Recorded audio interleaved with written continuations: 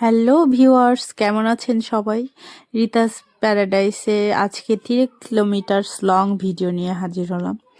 গত 31 তারিখ মানে 31 ডিসেম্বর বেড়াতে গিয়েছিলাম পুরনো বাড়িতে। আমাদের পুরনো বাড়ি কেন বললাম, কেননা এই বাড়িটাই ছিল আমার দাদুর বাবা কাকাদের বাসস্থান, যেখানে কিনা আমার পিসি, আমার বাবা ওনারা বড় হয়েছেন। আমরা যদিও দেখিনি, কিন্তু গল্পে একদম ছবির মতন স্বচ্ছ সুন্দর। সেখানে গিয়ে একটু চা নাস্তা খেলাম, তারপর গেলাম শ্রাবণদের বাগান দেখতে। যেই ছেলেটাকে দেখা যাচ্ছে ওটা আমার কাজিন, ওর নাম শ্রাবণ। আর ওরা ছাদে খুব সুন্দর একটা বাগান করেছে, সেটা আমাকে দেখাচ্ছিল। যাই হোক, বাগান দেখতে দেখতে আমাদের সেই পুরনো বাড়ির গল্পটা বলি, যেগুলো আমরা খুব হা করে দাদুর কাছে শুনতাম, আর শুনতে এত ভালো লাগতো। আমাদের মানে এখন যারা আছে, এখন তো ছড়িয়ে ছিটিয়ে বংশের লোকজন বাড়ি করেছে বা বাইরে থাকে বিভিন্ন জায়গায়। বিভিন্ন জায়গায় না, এখানেই আছে, বাট বাড়িটা ভেঙে গিয়েছে। আমরা শুনেছিলাম দাদুর কাছে, এই যে বাড়িটা আমি যেখানে দাঁড়িয়ে ভিডিওটা করতেছিলাম, সেই বাড়িটায় 33টা ঘর ছিল একটা উঠানে, আর সবাই এক হাঁড়িতেই খেত। মানে একসাথেই রান্না হতো 33টা ঘরের মানুষের। 33টা ঘরে তো 33 জন মানুষ থাকতো না, বাচ্চা কাচ্চা সহ অনেকজন। সেই সময়ের গল্পগুলো এখনও মানে আমাদের কাছে ছবির মতন সুন্দর। আমরা হা করে শুনতাম, আর যৌথ ফ্যামিলির যে মজা সব কিছু আমরা মানে অনুভব করতাম। আমাদের কাছে মনে হতো বা মনে হয় এখনো যে কত সুন্দর ছিল না পরিবারটা। যাই হোক, আস্তে আস্তে তো আমাদের এই যে যৌথ ফ্যামিলি প্রথা, সেগুলো কিন্তু ভেঙে গিয়েছে। এখন আমরা একক ফ্যামিলিতে অভ্যস্ত, বা বিভিন্ন কারণে একক ফ্যামিলিতে আমাদের বসবাস করতে হয়। এই যে আমি বাড়িটা দেখাচ্ছি, 3টা বাড়ি হয়েছে এখানে। এনারা আমাদের কাকু জ্যাঠা, এনারা 3 ভাই বাড়ি করে আছেন এখানে। আর এই বাড়িটা, এই 3 বাড়ির বাউন্ডারি ছাড়াও 33টা ঘর ছিল, যেখানে সবাই আমাদের বংশের মানুষজন এখন যারা আছেন সবাই একসঙ্গে বসবাস করতেন। তো ওই সময়ের গল্প আসলে এখন এগুলো বললে মানে জাস্ট গল্পই। আর আমি ঘুরতে গিয়েছি যেহেতু, এখন যেহেতু 33টা বাড়ি থেকে অনেক বাড়ি হয়েছে, সবার বাড়িতে একটু একটু ঘুরে এসেছি। আর এই যে আলু ক্ষেত বা আমাদের এই দোলা যেটা বলি, সেখানে কিন্তু খুব উর্বর জমি। এখানে ধান থেকে শুরু করে অনেক সবজি বা আলু সব কিছুর চাষ হয়। আমাদের রংপুর অঞ্চলে আসলে আলুর চাষের প্রচলন আছে। আলুটা আমাদের রংপুর অঞ্চলে মোটামুটি ধানের পাশাপাশি প্রধান শস্য হিসেবে ধরা হয়।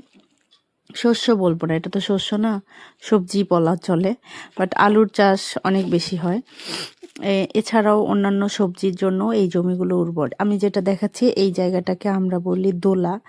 এখানে মোটামুটি আমাদের এলাকার লোকজনের সবার জমি টমি থাকে, যেটাতে ধান চাষ বেশি হয়। প্রধান চাষ হচ্ছে ধান, আর পাশাপাশি আলু থেকে শুরু করে অন্যান্য শাক সবজি সব কিছুই।